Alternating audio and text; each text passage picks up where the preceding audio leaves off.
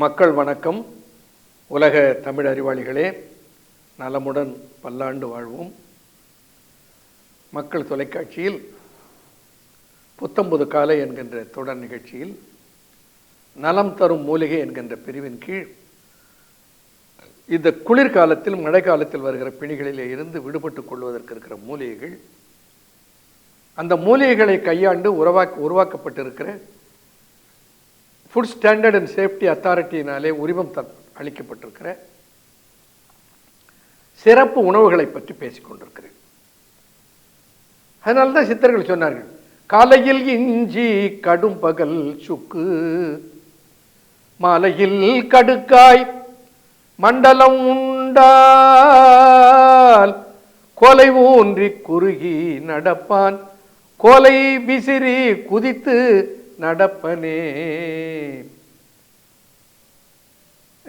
வயதானாலும் வயோதிகனாகாமல் இருக்கிற வாய்ப்புகளை வழிவகைகளை உலகுக்கு கொடுத்தவர்கள் சித்தர்கள். சுக்கை எப்படி கையாளுவது? இப்ப வயிற்றிலே உபாதை இருக்குது, வயிற்றிலே புண்ணு இருக்குது, சுக்கை எப்படி கையாளலாம்? மூக்கிலே நீர் கொட்டுகிறது, இளைப்பு நோய் இழுப்பு இருக்கிறது, சுக்கை எப்படி கையாளலாம்? இந்த சுக்கும் இஞ்சியும் ஒரே பொருள். இஞ்சி ஈரமாக இருப்பது, சுக்கு உலர்ந்தது. சுக்கு வாங்கும்போது ரொம்ப கவனமாக இருக்கணும். இந்த ஓலை சுக்கு ஒடுக்கு பள்ளமாக இருந்ததுன்னா அந்த சுக்கை வாங்காதீர்கள். அதில் இருந்து ஜிஞ்சிபரின் எடுக்கப்பட்ட இஞ்சியிலிருந்து ஜிஞ்சிபரன் பிரித்து எடுக்கப்பட்டு உருவாக்கப்பட்ட சுக்கு, அதில் பலன் கிடைக்காது.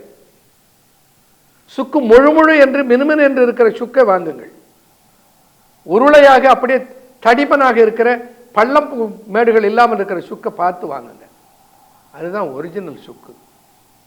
அந்த சுக்கில் தான் ஜிஞ்சிபெரின் இருக்கிறது. அந்த ஜிஞ்சிபெரின் தான் உங்களுக்கு எதிர்பார்த்தலை தருகிறது என்று இன்றைக்கு அறிவியல் ஆய்வுகள் சொல்லுகின்றன. அறிவியல் சொன்னதான் ஏற்றுக்கொள்ளுகிறோம். அது அனுபவ இயலாக சித்தர்கள் சொன்னதை நாம் ஏற்றுக்கொள்வதற்கு அறிவியல் சான்றுகளை தேடுகிறோம். அதை தேடி தேடி கொடுப்பதற்கு நாங்கள் இருக்கிறோம். ஆகையினாலே இந்த ஜிஞ்சிபெரின்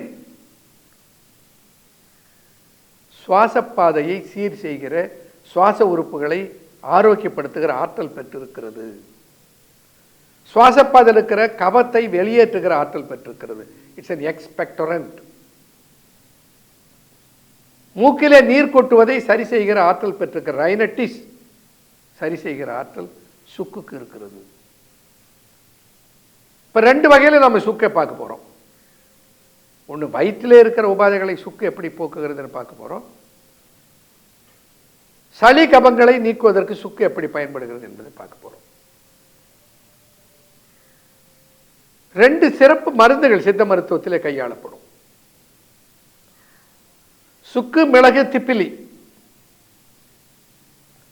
சுக்கு, மிளகு, திப்பிலி. சுக்கு, மிளகு, திப்பிலின்னு சொல்லுவாங்கல்ல. சுக்கு, மிளகு, திப்பிலி. இது மூன்றுமே கபத்துக்கு சிறந்த மருந்துகள். சீதசுரம் பாண்டு. சீதசுரம் பாண்டு நோய், இரத்தத்தில் இருக்கிற சத்து குறைவினாலும், வயிறு, உடல் போன்ற பகுதிகள், கால் போன்ற பகுதிகள் வீக்கமடைவதனாலும் உருவாகிற ஒரு பாண்டு நோய். இவைகளையெல்லாம் போக்குகிற ஆற்றல் எதற்கு இருக்கிறதா? மிளகு இருக்கிறது. திப்பிலி ஆசன நோய், தொண்டை நோய், ஆவரண பித்த முதல் நாசி விழி காதிவை நோய், நாள் புழு நோய், வீசிடு வியாங்கலாஞ்சனம் சிதையும் அம்பாய் அழியும் விந்து, பொங்கலாம் சீர் மங்கையர் கோட்பால். தாதுவை விரித்து செய்து ஆண்மையை மேலோங்குகிற ஆற்றலை படைத்தது எது? திப்பிலி, அரிசி திப்பிலி. அப்ப எப்படி என்று நாம் தொடர்ந்து பார்க்கலாம். நன்றி, வணக்கம்.